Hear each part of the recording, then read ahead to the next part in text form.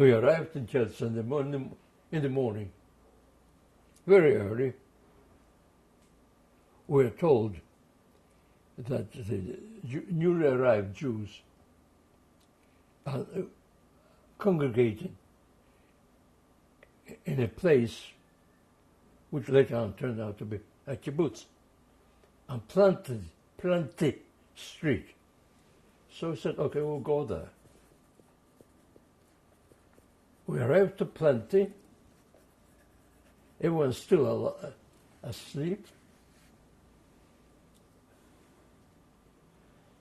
We left our knapsacks, or whatever it was, there. We said, in the meantime, go out, take a look at the town. Town was asleep. Just quite early in the morning. I thought, oh, let me check to see the main street, Shinkovicha. Let me go to the marketplace, to the important parts. But it was very early, and we decided, all right, enough's enough. Let's go back to Planty.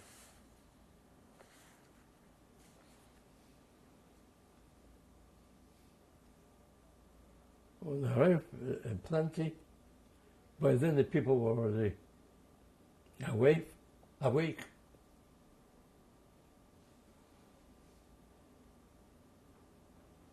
Now starts another chapter. Because also that was exactly the time when the pogrom started.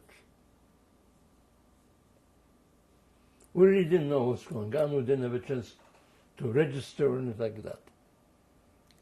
Or much less even have a bite. What do you mean register? Put our names that in the kibbutz. They should know who is there. Who's returned? Yeah. There's no other legislation at that time.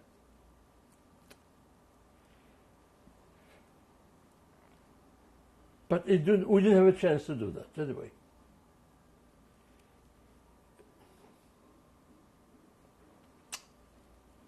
When we arrived in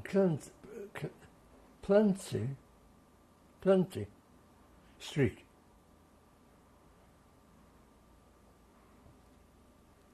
we saw things are not normal. A lot of people were outside. There was a large open space.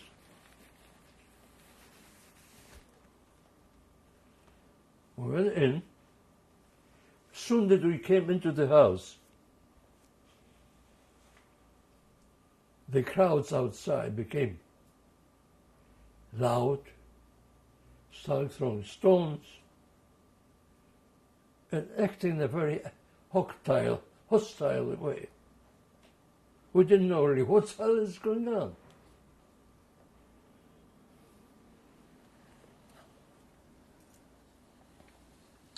After some time, two policemen appeared in front of a door. Don't worry, feel safe. We're guarding the house. But the crowd started growing and growing and growing, and more stones started throwing, and the house started breaking in the windows. We were inside. They advised us go further in. Went into the room. They were started to go up to the sleeping quarters. I don't know how many people were there, but quite a few people who came. And we went up to the second floor. There was a small room with a double-tier bed. Went all inside, but stalls start coming through the window.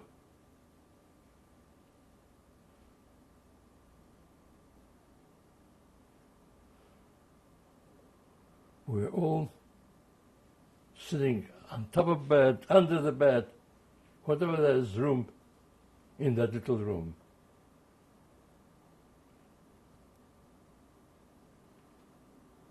Finally we heard some noises downstairs. We hear shouting, and we realize that the crowd overpowered the policemen, if they had to overpower, we don't know. Went in, started running up the stairs. We closed the door. We put a dresser in front of the door. There was one guy among us. He says, "I have a gun." So the women says, "Don't use it. That's all I need." You're throwing a grenade.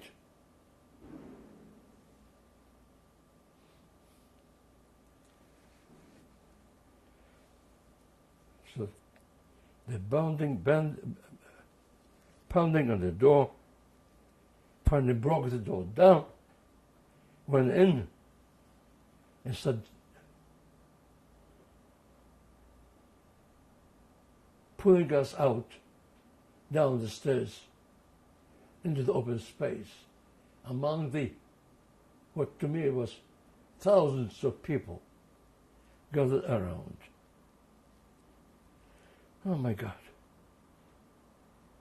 What should I do? I always was relying on the fact that I look Polish. Maybe I could do something.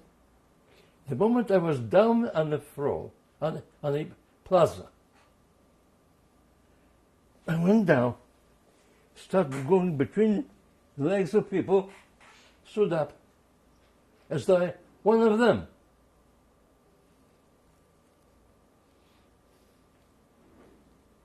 Suddenly,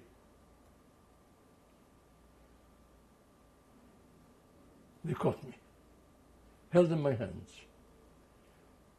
"You are a Jew." Żyd. "I'm not." "Yes, you are." "Don't tell us you're not. We saw you going down that stair. Your hands were up in the air." I said, "Yeah." "So what do you want from me?" I start pleading with them. "So I am. What did I do for you? To you?"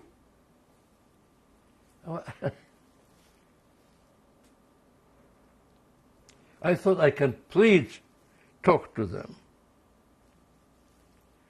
After a while,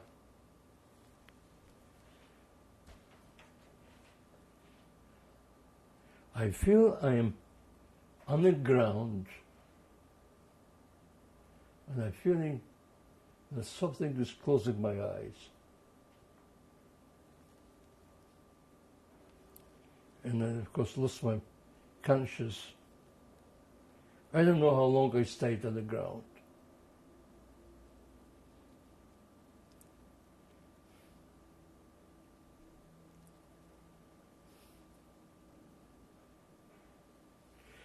Eventually, they picked me up, wherever they are, threw it into the truck, and took me to the nearest hospital, which was Alexandra. It just happens to be a block away where I used to live.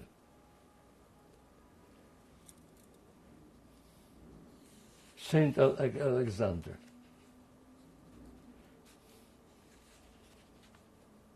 Took me to the hospital. After a while, I don't know how long, half a day maybe,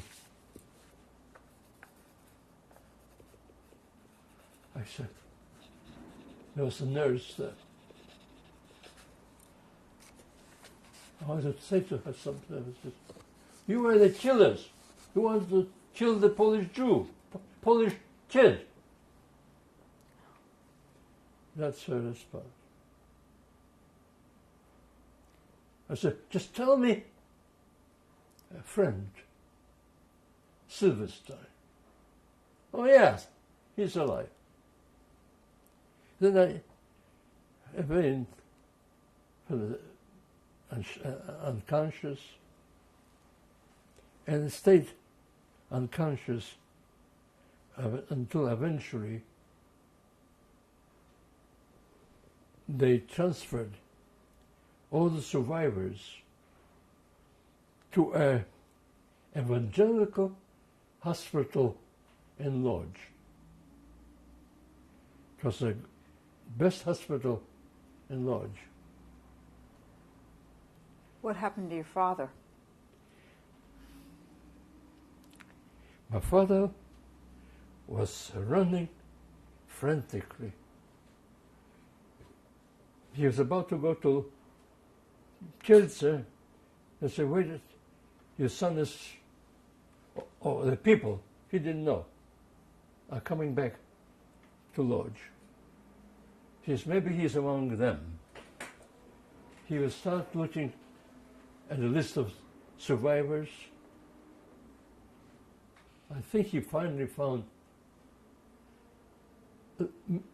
listing me as a survivor. Then he practically, frantically ran from one hospital bed to another to find me. He couldn't recognize me because I was all wrapped up, because I was hit over the head, and they split my head. Also, my eyes were pretty bad shape and so on. But it took him some time.